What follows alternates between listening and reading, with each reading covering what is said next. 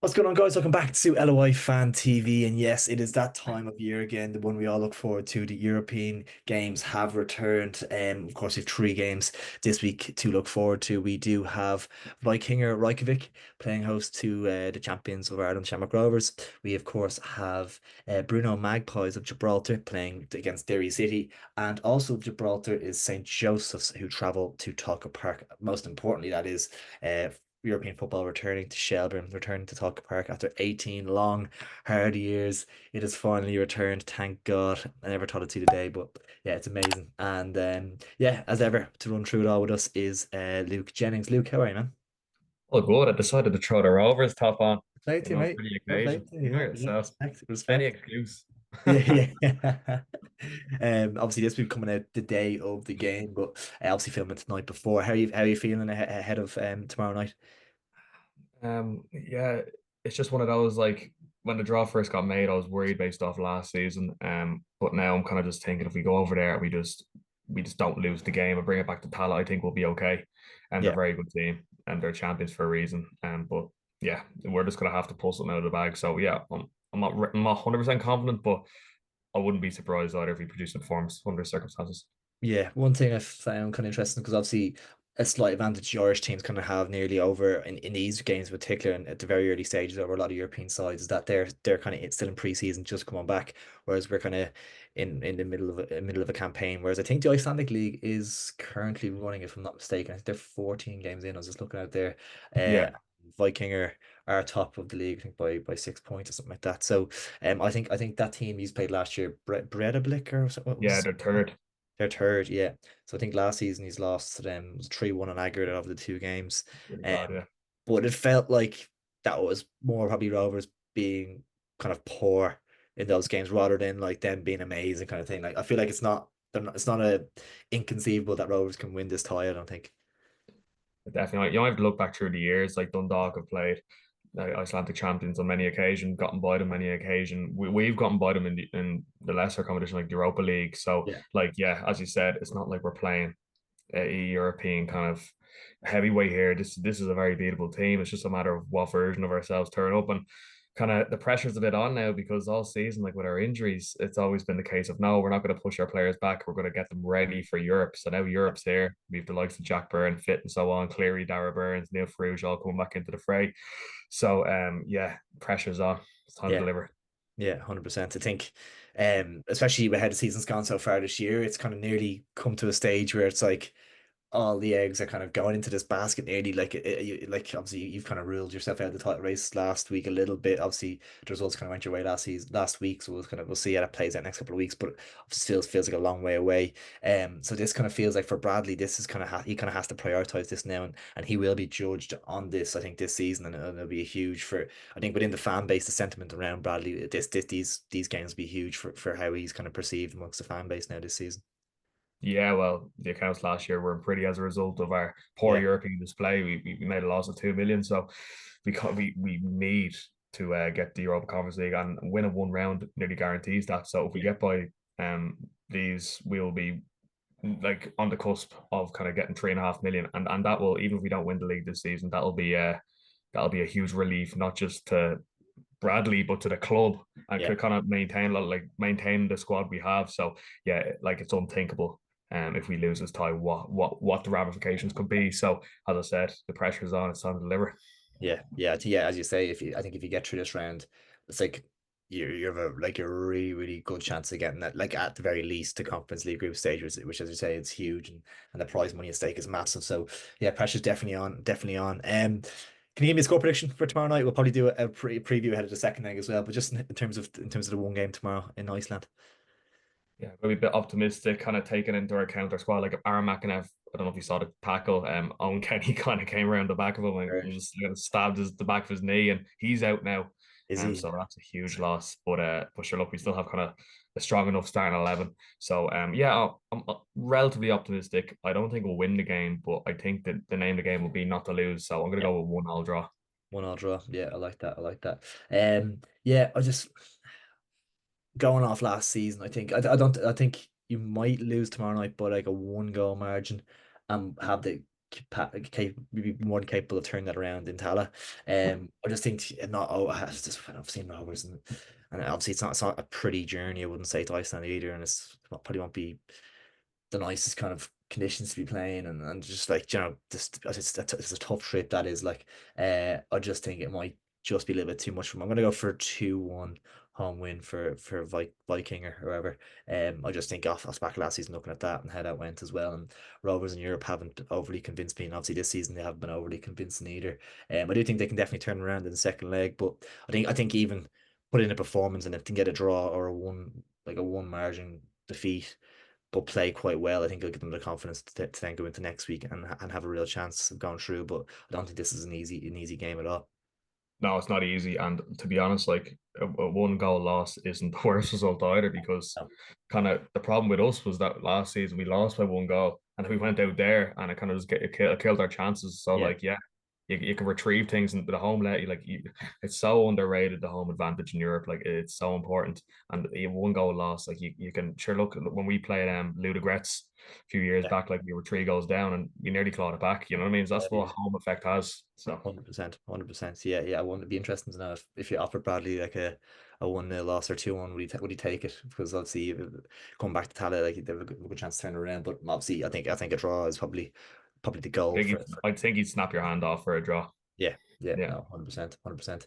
That'd be one to keep an eye on tomorrow night or tonight when you're watching this video. Then on Thursday night we do have the first round of the Europa Conference League as well. Of course, St. Pat's as a result of winning the FAI Cup will enter that competition in the second round, which is great for them. That probably gives them a good opportunity to kind of get far enough in that competition. They got a good draw as well, in that second round. But we'll start off with Derry City. I believe they travel to Gibraltar to play against Bruno Magpies. Bruno Magpies finished third in the Gibraltar's league last season. So in terms of the draw you want to get, it's probably up there in terms of what the teams you want to pick from. Like it's up there for best draw. Yeah. As you said, kind of not a handy draw, but relatively compared to everyone else, a handy draw. Like you look at them last season, FC Magpies, like they lost 3-1 to Dundalk, and you think of Yeah, that Dundalk team last season, they weren't.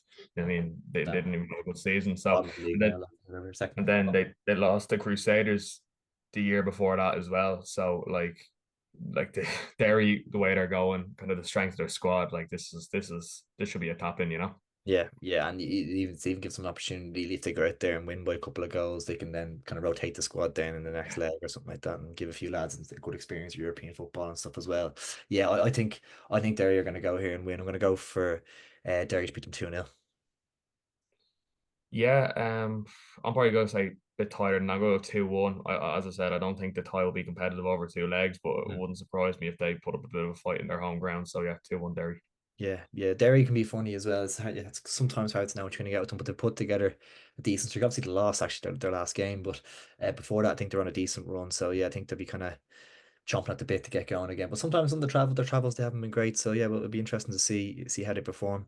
But yeah, I think even the fact that they're in the off season as well. I believe at the moment as well. So I think everything's just in Derry's favour here. So yeah, both back in Derry to get the win in that one.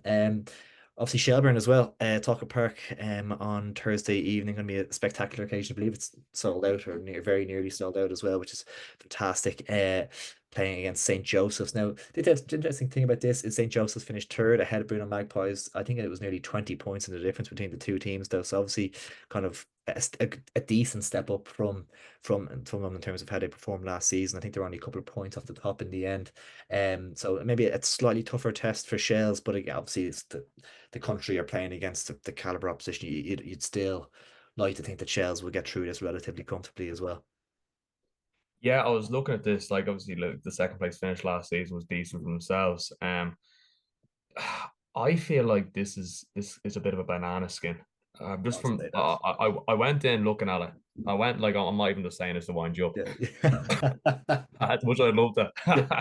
Yeah. I went in and had a look, and I was just looking, and like they weren't in Europe last season, but they beat Larne the season before that, and then Slavia Prague hammered them 11-0 in aggregate. So like whatever, Did they? you Okay. can make it at whatever. But Yeah. as I said, they finished second last season. They've gone and signed 3 players off Lincoln who won the league, and Mhm. then they've signed Bruno Magpie's goalkeeper. So like like I'm not saying they're gonna, you know what I mean. I'm not saying they're better than this, but Yeah. I saw you narrow on the pitch in Talca, and I saw See Damien that? Duff talk mad about that, and obviously that will benefit you if you get by and you are playing Zurich, like because obviously Zurich are a better team. But Yeah. here, you just No. wonder, like home leg first time round, like you wonder what version of them will turn up. Obviously, they're all season, so you have an advantage in that regard. But you're kind of looking at the kind of the conditions of the game, and you're thinking, geez, Talca, the pitch is smaller. You know what I mean? Like Saint, if Saint John's go there in low block, Yeah. you Yeah. know. No, it's that So it's crazy. I didn't like ever really think of Polka as like a wide pitch to begin with, really. Like I never neither did I. like Yeah, even consider that. Like it seems crazy to me. Like they don't do that in Tala, they don't do that. Like it's mad. Like that Tala's just as wide, if not wider than Talca, like to some of the eye tests. Like it's bizarre. But is it because the I don't know, maybe is the pitch like too short, like goal to goal? Like, maybe, but maybe it's too near the stands or something. I've no yeah, idea.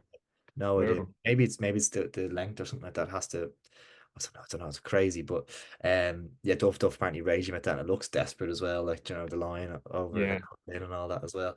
But even like you want to get like your wide players. Obviously, Will Jarvis has been so effective for Chelsea this season out on the left side. mm, Like just as you say, it's sitting in a low block, they're trying to frustrate us. Probably play five at the back or something like, and it could be a frustrating night. yeah.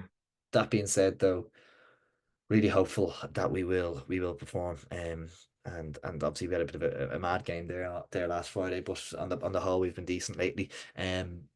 Yeah, I'd like to think we have enough quality about us, but I actually think like we could be more suited to like playing against a slightly better opposition.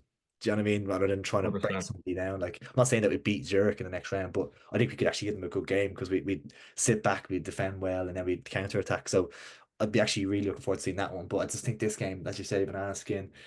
I'd like to think not, and obviously gonna back us to win. I think it'd be narrow though. I'm actually just gonna say 1-0 tight. Yeah, I'm gonna say the same. I just from experience of playing these worst teams, then they come to the ground like they just the dark arts like and it's just obviously you just have the quality, but it's Yeah, just how we haven't seen it before. And if going into the season, I said, Jesus, Damien Duff Shelbourne are the best team equipped for Europe, playing better opposition, but it's just you need to get there first. You need to beat yeah, these. yeah. So we'll see. As I said, I'm going for 1-0 Shells as well. But yeah, it's going to be it's probably most interesting title of all trading, to be honest, because there's Possibly. so much different things going on. Yeah, yeah, no, 100%.